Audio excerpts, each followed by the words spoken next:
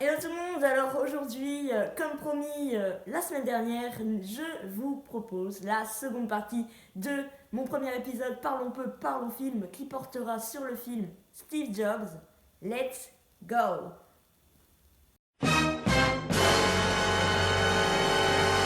Bien, donc je mets la spoiler alerte à partir de maintenant, donc ce qui va suivre, ça y est, on est dans la seconde partie, on attaque la seconde partie.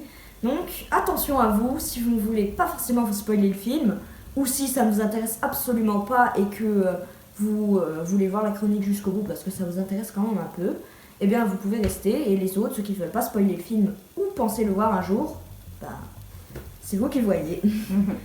Donc je pense qu'on peut venir maintenant parler un petit peu personnellement des actes. Oui, alors donc la structure de ce film est assez originale puisque ce film est construit comme une pièce de théâtre. Alors, on a effectivement comme au théâtre des actes.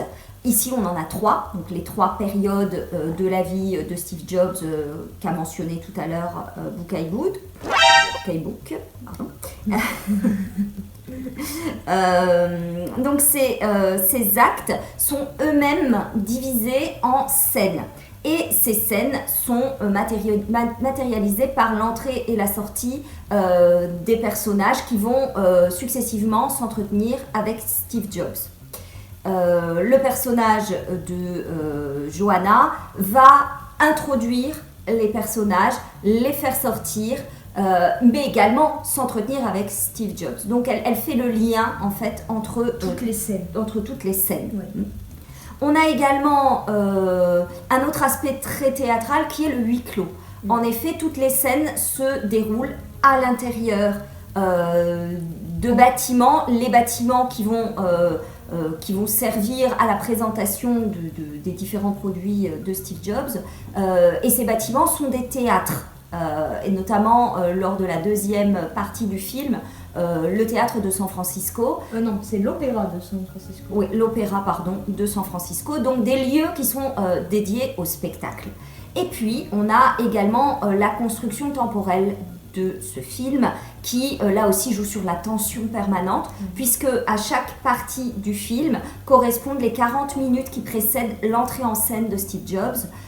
Et donc on a toute cette préparation qui nous est montrée, cette tension qui va s'accroître avec le compte à rebours, qui est régulièrement répété par les différents protagonistes et notamment par Johanna, qui rappelle sans cesse à Steve Jobs que le temps est compté et qu'il faut se dépêcher. Donc on a toujours une espèce d'urgence comme ça qui nous maintient sans cesse en haleine. Exactement. On a aussi une progression qui est dramatique, comme je l'ai dit tout à l'heure, et qui est accentuée par la musique du film. Oui, alors moi justement, c'est cette musique que vous écoutez qui est en fond justement depuis le début de cette vidéo. Donc cette musique qui est produite par Daniel Pemberton, selon moi est juste incroyable, et comme l'a dit l'autre chroniqueuse Zerbinette, elle accentue cette montée en puissance, vraiment, c'est très immersif et captivant.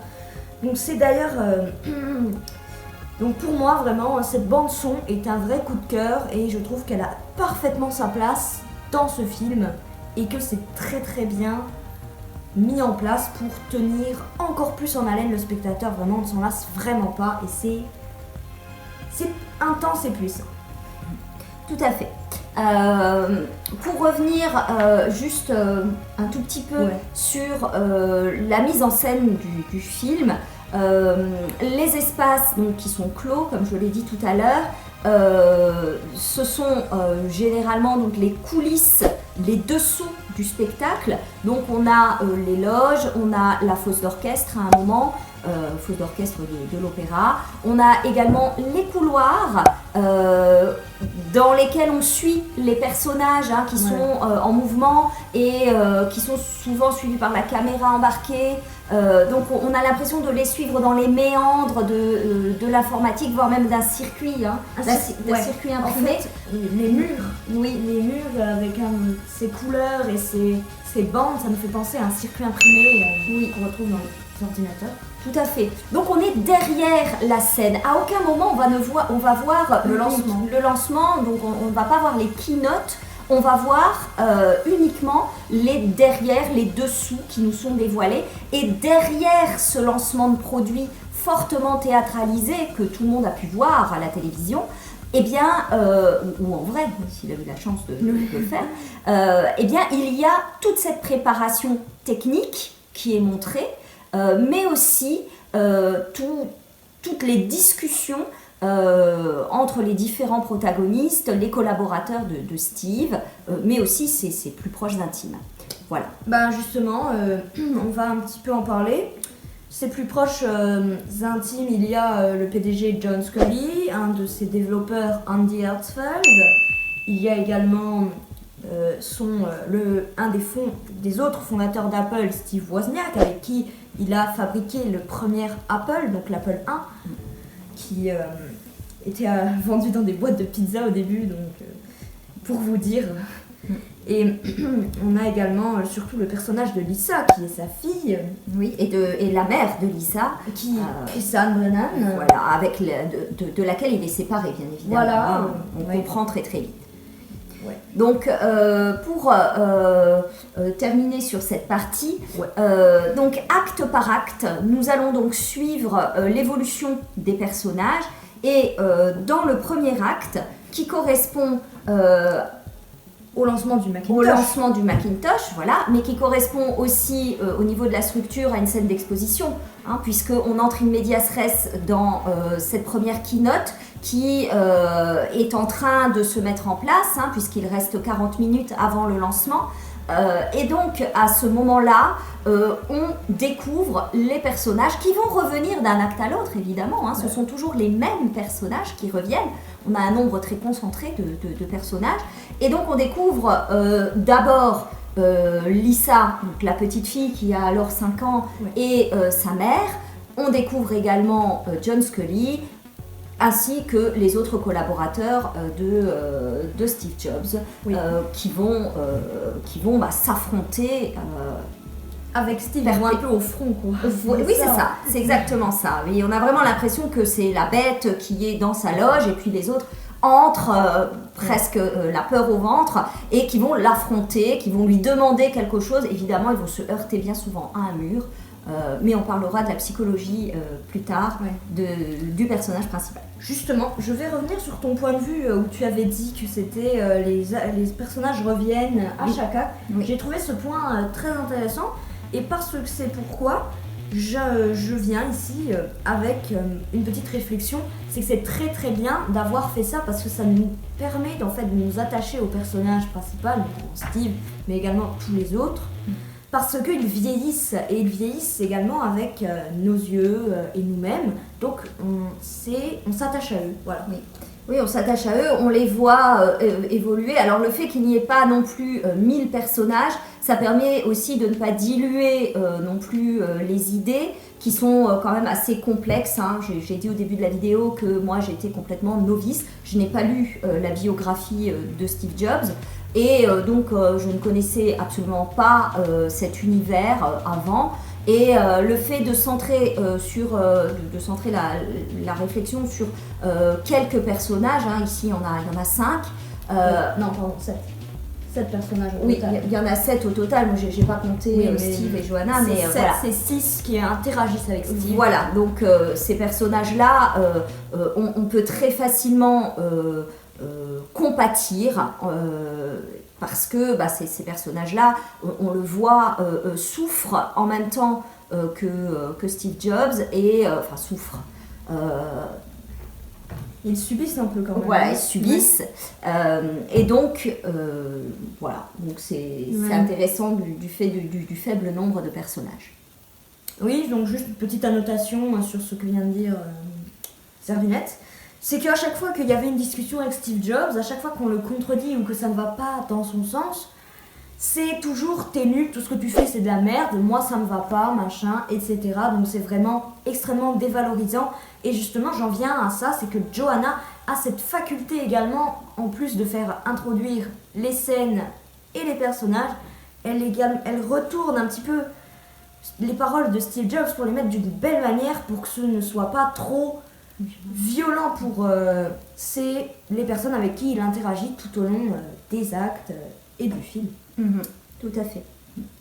Alors donc voilà pour la première partie du film. Pour la seconde partie du film, on est donc au cœur de la carrière de Steve avec sa prise d'indépendance. C'est à ce moment-là qu'il crée sa propre entreprise et qu'il lance son entreprise Next. Avec un produit qui n'a absolument pas marché d'ailleurs, mais justement ça accentue aussi le fait que ce film ne montre pas le succès de Steve Jobs. Il montre, enfin si, dans la dernière partie, mais il va montrer 2 échecs avant de montrer un succès. Donc pour bien montrer que ça ne s'est pas fait en un jour, ça a pris quand même 20 années pour arriver au succès de l'iMac et des 10 années de créativité qui vont suivre et qui vont être extraordinaires pour lui. Avec notamment l'introduction de l'iPod, de l'iPhone et de l'iPad et de tous les produits. Mais tout cela, on ne le voit pas dans le film. Donc si vous vous attendez à voir cette période-là, cette période faste de la vie de Steve Jobs à l'écran, c'est pas le cas en fait, pas du tout. Au contraire, on voit comment il s'est construit grâce à ses échecs et grâce aussi à ses collaborateurs, même si les confrontations étaient énormes, mais c'est ça qui lui a permis de devenir ce qu'il est devenu. Oui, voilà. Tout à fait. Oui. Donc cette deuxième partie enfonce un peu le clou en montrant vraiment le plus gros échec commercial de Steve Jobs avec le Next. Voilà. Oui. Je sais pas si tu l'as dit, mais juste je tenais à préciser qu'il a fondé sa propre entreprise parce qu'il s'est fait virer d'Apple parce qu'il voulait entrer en guerre contre une entreprise rivale, donc IBM. Et donc ça revenait beaucoup trop cher à l'entreprise et du coup ils ont jugé qu'il était non essentiel et donc ils l'ont viré parce que c'était nuisible à Apple Computer à cette époque. Et donc lui, il a voulu se démarquer et prouver que il n'avait pas forcément besoin d'Apple pour être Steve Jobs et faire des produits. Donc il a fondé Next, une entreprise indépendante d'Apple. Oui, tout à fait. D'ailleurs, cette partie-là est montrée à l'écran, mais sous forme de flashback, parce qu'elle n'entre pas dans le cadre des 40 minutes avant la présentation. Et donc, c'est d'ailleurs un des flashbacks les plus difficiles à soutenir, parce que on a là un jeu d'acteurs assez remarquable de celui qui interprète John Scully et de Michael Fassbender lorsqu'il se fait évincer littéralement du conseil d'administration et d'Apple en général et on comprend toute la déception, toute la rancune qu'il peut avoir aussi envers ces personnes qui reviendront dans la troisième partie. Et là, on va parler maintenant de la dernière partie du film qui montre donc le début du succès de Steve Jobs avec l'iMac et un début de réconciliation avec ses partenaires. À ce moment-là, ça fait 1 an qu'il est revenu chez Apple. Il est revenu en 1997 et donc il a eu le temps en fait de travailler sur l'iMac, donc ils lui ont confié un projet parce que à ce moment-là, Apple était complètement en train de couler. Ça ne veut pas dire qu'Apple dépend de Steve. Non, totalement faux parce qu'aujourd'hui Steve Jobs est décédé et Apple tourne très bien. Donc ça n'a rien à voir. C'est juste que par rapport à la concurrence, Apple présentait des choses qui n'étaient pas vraiment... Bref, je vais pas trop m'attarder là-dessus parce que je ne trouve pas les mots. Donc cet acte iMac est pour moi mon préféré et il s'agit de, justement, où il présente l'iMac, donc l'ordinateur qui marque son retour chez Apple. Donc Apple avait racheté Next parce que Apple était au bord de la faillite, comme je l'ai dit précédemment. Donc je vous passe toute la partie historique d'Apple en 1998 parce que c'est vraiment très très long et c'est rempli de rebondissements. Donc cet acte est mon préféré car Steve Jobs retourne chez Apple et présente le premier iMac qui est un produit que j'affectionne vraiment particulièrement de par son design qui est totalement le fruit en fait de Johnny Ive, enfin de la collaboration entre Steve Jobs et Johnny Ive. Donc Johnny Ive qui était à l'époque un jeune designer qui a quitté Apple en 2018, malheureusement. Donc je trouve que ce premier iMac, il a quelque chose de spécial au niveau du design, je parle, hein. Il a quelque chose de magique, de spécial. Également, Steve nous a introduit cette fois un concept tout en un. Donc là, on a un écran, une tour tout en un, clavier et souris à part, bien évidemment, mais on a un concept tout en un que certaines entreprises, encore aujourd'hui, n'ont pas encore adopté. Donc c'est très avant-gardiste de leur part. Et également des très grosses nouveautés système au niveau performance en introduisant des nouvelles puces, des nouvelles cartes graphiques, bref, un gros rebond en fait dans l'histoire d'Apple en général, mais également dans l'histoire de l'informatique personnelle.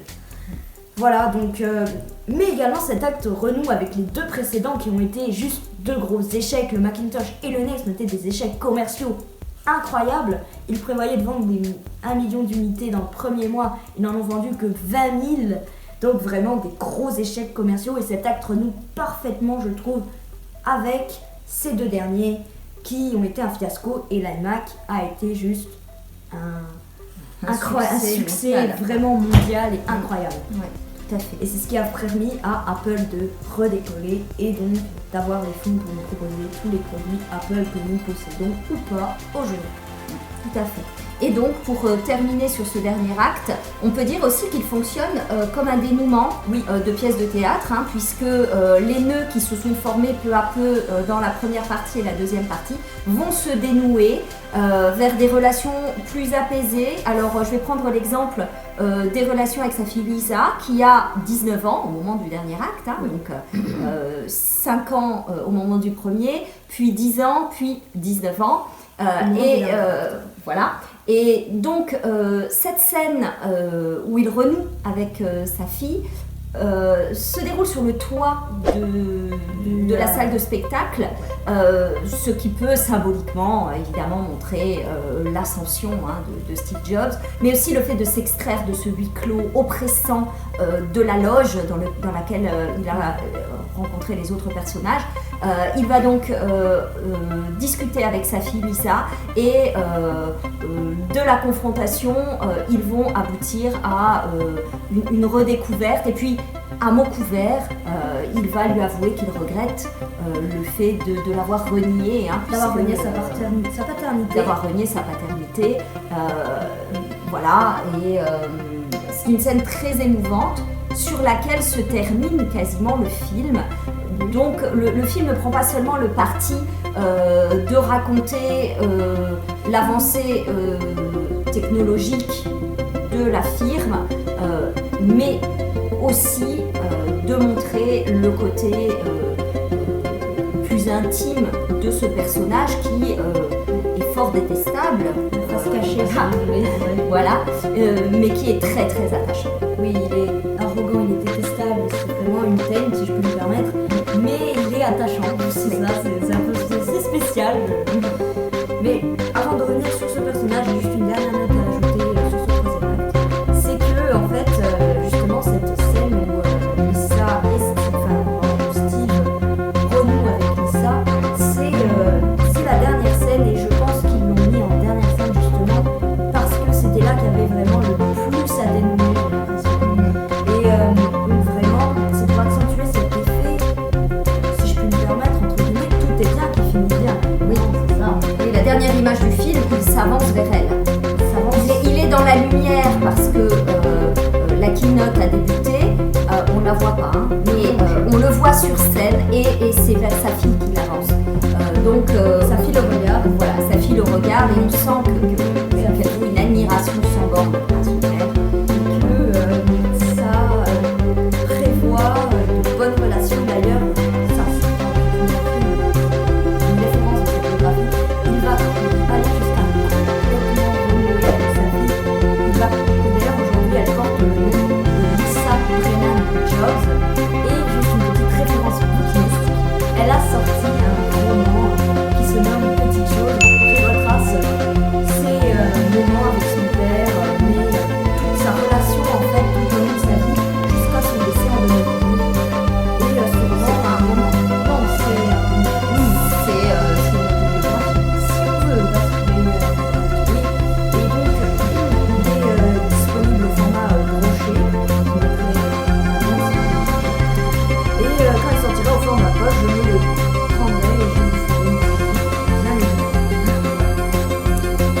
parler de ce film sans parler également des références artistiques qui jalonnent tout entier du début à la fin.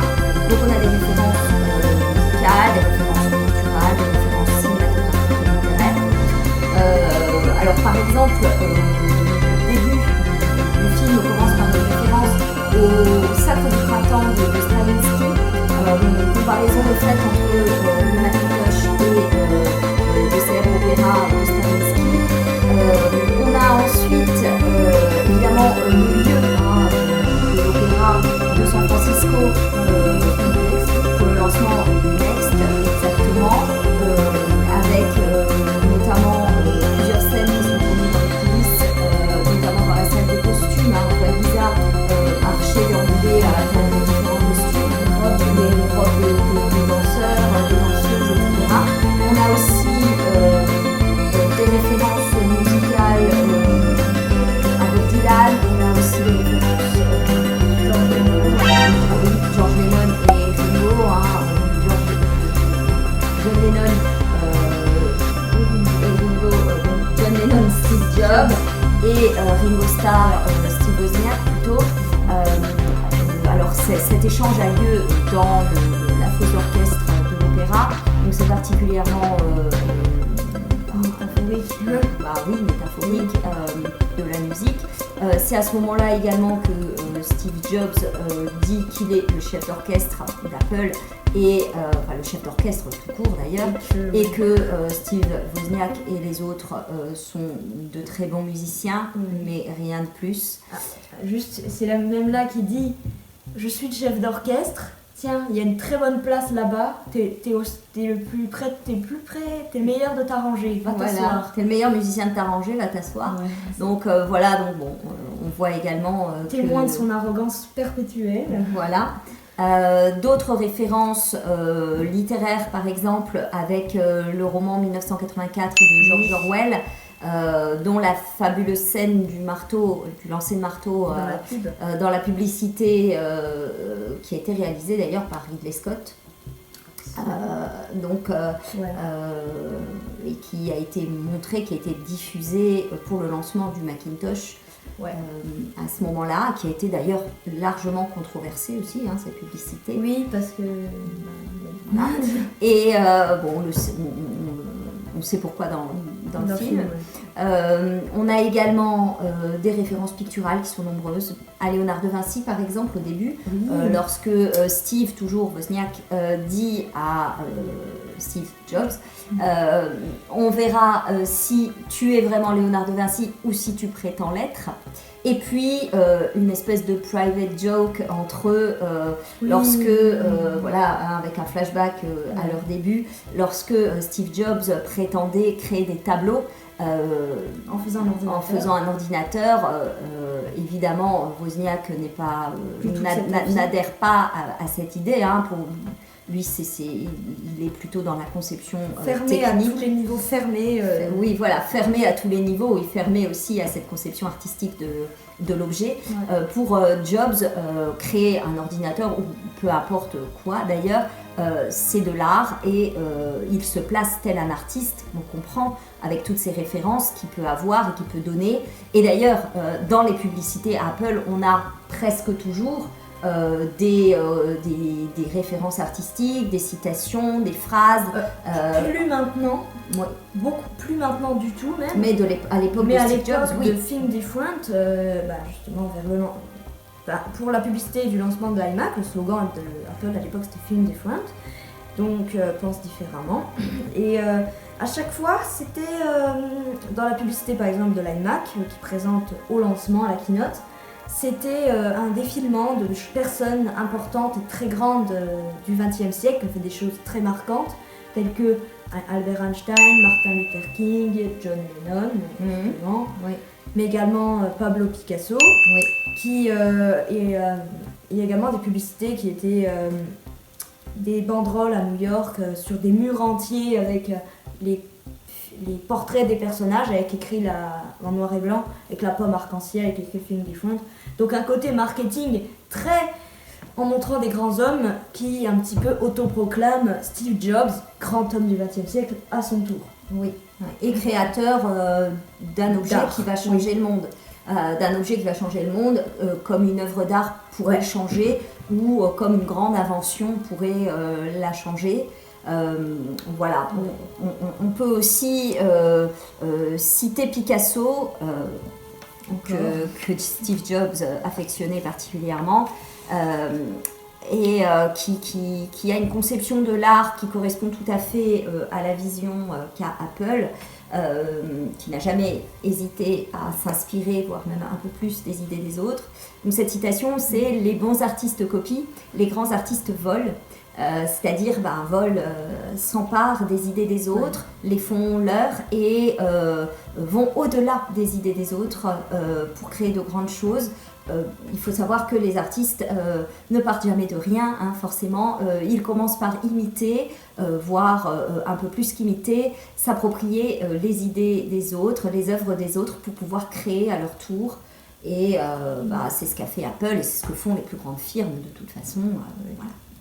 Petite anecdote avec la souris.